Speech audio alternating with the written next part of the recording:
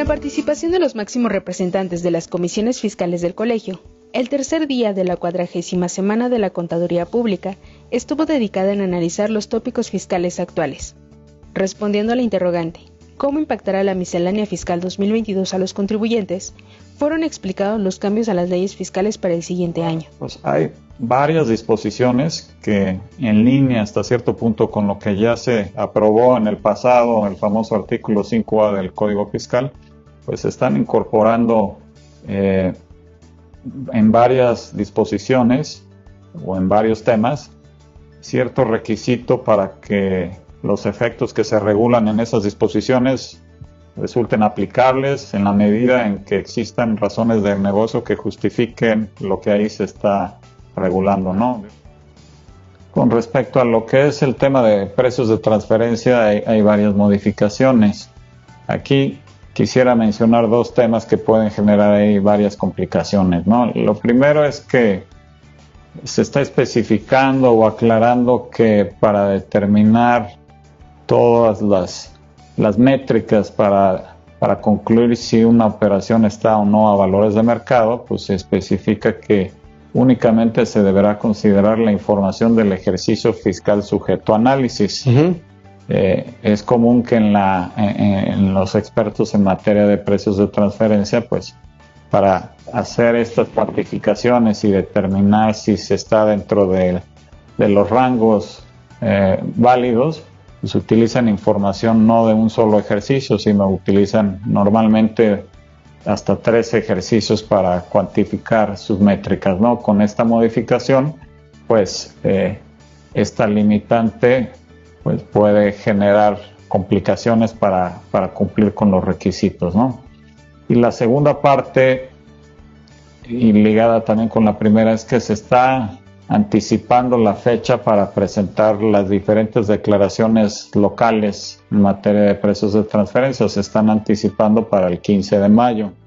Por otro lado, se plantearon los retos y problemáticas tras la implementación del impuesto global único y el impuesto a plataformas tecnológicas, así como la postura del país en el corto y mediano plazo. En octubre de 2021 ya salió un reporte que se le conoce como el Blueprint para el Pilar 2 de BEPS 2.0. Este Pilar 2 es el que tiene estas reglas de cómo debería gravarse y cómo debería imponerse este impuesto mínimo global. Coloquialmente así lo hemos dicho, ahorita vamos a platicar el detalle de qué implica. No necesariamente es un nuevo impuesto, sino que este impuesto mínimo global es, vamos a decirlo, es un conjunto de reglas que buscan establecer un impuesto mínimo del 15% para empresas multinacionales que operan en distintas jurisdicciones. Correcto.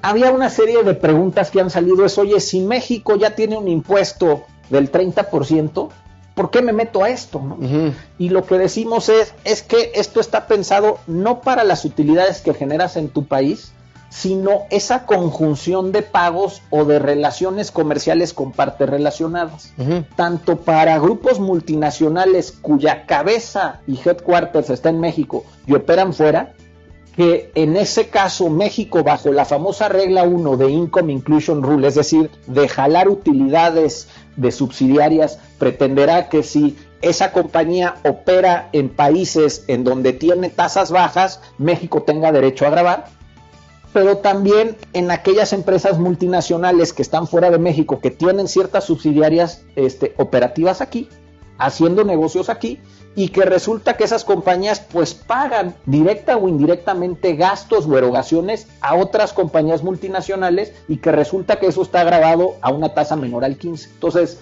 bajo las dos vías, pues hay ciertos incentivos para los países de adoptar estas reglas y para los fiscos en llegar a estos acuerdos, ya seas exportador de capital o importador de capital. Finalmente, se abrió una plática sobre el análisis de riesgos para la fiscalización, además de dar a conocer los modelos de riesgo que implementa el SAT y cómo es usada la información recabada.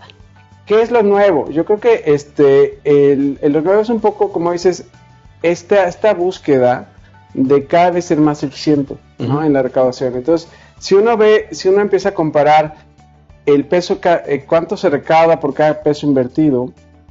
La verdad es que el SAT es un hecho que cada día ha sido más eficiente y empezó por este tema de analizar el riesgo, pero por ejemplo lo que veíamos antes era claramente tú eras un foco rojo si tu empresa tenía pérdidas recurrentes, tenías un foco rojo si tus márgenes de utilidad financieros eran muy bajos, entonces eso ya lo teníamos ahí. Entonces el tema es la información ya la tenía el SAT, la estuvo consiguiendo vía declaraciones. El tema del modelo de análisis de riesgo ahí está, desde atrás el SAT lo venía utilizando. El tema de la eficiencia ahí está, y la eficiencia, yo estoy muy impresionado porque creo que no es nada más en el tema de ejercicio de facultades, es también en el tema, por ejemplo, de juicios. Es impresionante realmente el nivel de información con la que hoy cuenta la autoridad para fiscalizar y para planear y para hacer sus análisis de riesgo.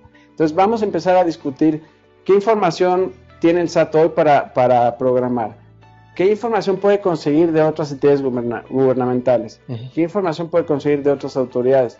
Si tú sumas todo, la foto que realmente el SAT puede tener de tu empresa, te lo juro que puede ser que sepa más que tú mismo de la empresa. O sea, porque, fíjate, vamos a ir viendo. Esto no es algo exhaustivo, simplemente fue cosas que se me fueron ocurriendo de ejemplos.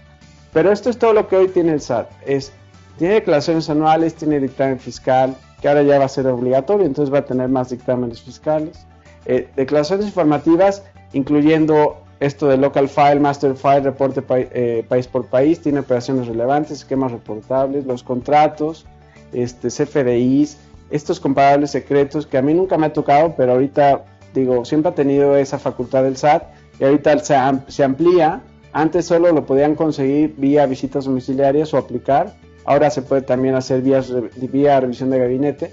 Pero, por ejemplo, fíjate, si uno revisa Local File, Master File, reporte país por país. En el reporte país por país, tú puedes analizar cuál es la recaudación, cuál es el impuesto pagado en un territorio versus los demás territorios que tiene esa empresa en el mundo. Entonces, ahí perfectamente puedes ver si tu carga fiscal es baja o no, comparado con las demás subsidiarias.